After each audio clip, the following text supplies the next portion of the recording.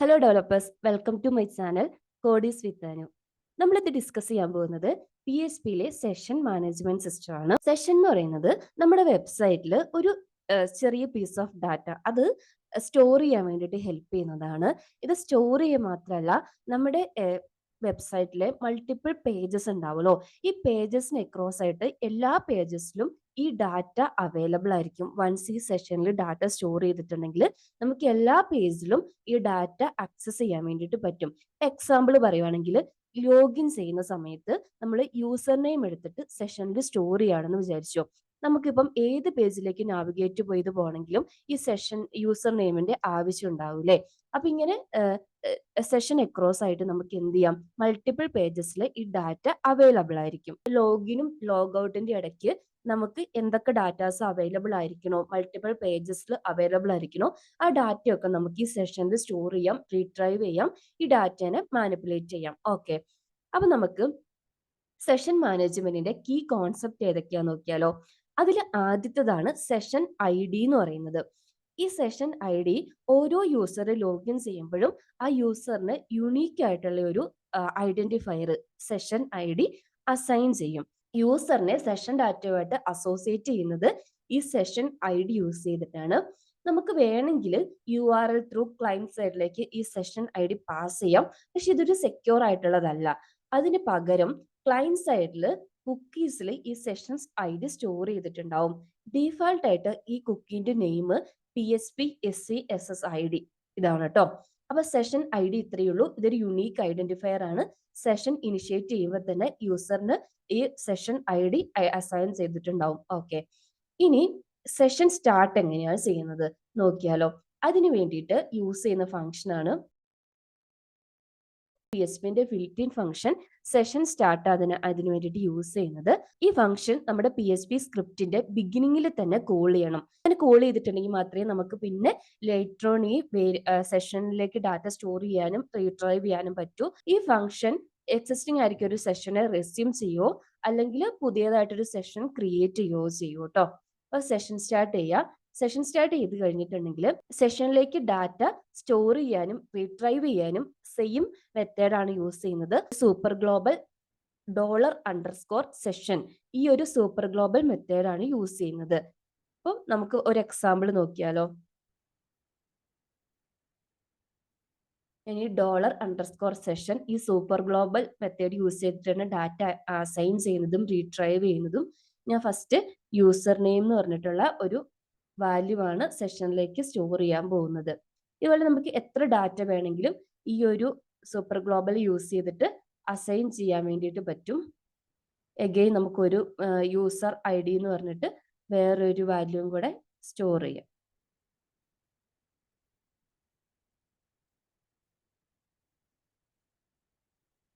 Super global session use ചെയ്തിട്ടാണ് സെഷനിലേക്ക് data store ചെയ്യുന്നത്.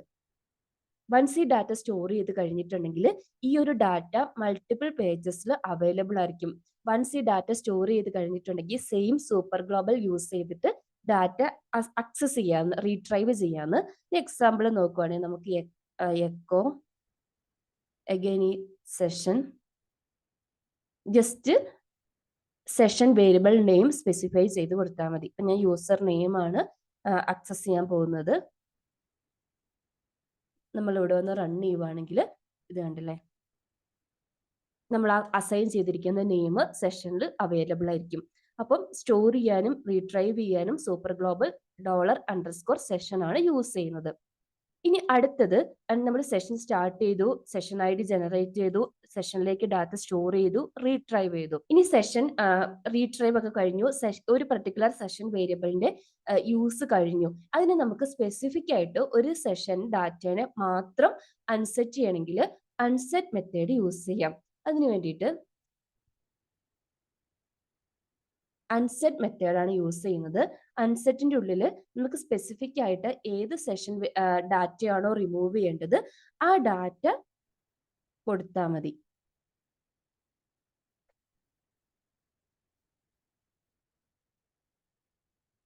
വൺസ് ഇത് അൺസെറ്റ് ചെയ്ത് കഴിഞ്ഞിട്ടുണ്ടെങ്കിൽ നമ്മൾ ആക്സസ് ചെയ്യാൻ നോക്കിയിട്ടുണ്ടെങ്കിലും അവൈലബിൾ ആയിരിക്കില്ല. ഇത് കണ്ടില്ലേ, വാണിംഗ് ആയിരിക്കും വരുന്നത്. ഇത് അവൈലബിൾ അല്ല എന്നുള്ള അൺഡിഫൈൻഡ് അരേക്ക് യൂസർ നെയിം എന്ന് പറഞ്ഞു. കാരണം നമ്മളത് അൺസെറ്റ് ചെയ്തു, റിമൂവ് ചെയ്തു. അപ്പോൾ ഒരു പർട്ടിക്കുലർ ഒരു സ്പെസിഫിക് ആയിട്ട് ഒരു സെഷൻ ഡാറ്റ റിമൂവ് ചെയ്യാൻ വേണ്ടിയിട്ട് യൂസ് ചെയ്യുന്നതാണ് അൺസെറ്റ് മെത്തേഡ്. അടുത്തത് നമുക്ക് ഒരുമിച്ച് എല്ലാ സെഷൻ വേരിയബിൾസിനെയും റിമൂവ് ചെയ്യണം. അതിനു വേണ്ടിയിട്ട് യൂസ് ചെയ്യുന്നതാണ് സെഷൻ അൺസെറ്റ് മെത്തേഡ്. ഇത് സ്പെസിഫിക് ആയിട്ട് ഒരു സെഷൻ വേരിയബിൾ മാത്രമല്ല, എല്ലാ സെഷൻ വേരിയബിളിനെയും റിമൂവ് ചെയ്ത് കളയും. നമുക്ക് അഗൈൻ ഈ യൂസർ നെയിമും യൂസർ ഐ ഡിയും ഒന്ന് ആക്സസ് ചെയ്യാൻ നോക്കിയാലോ.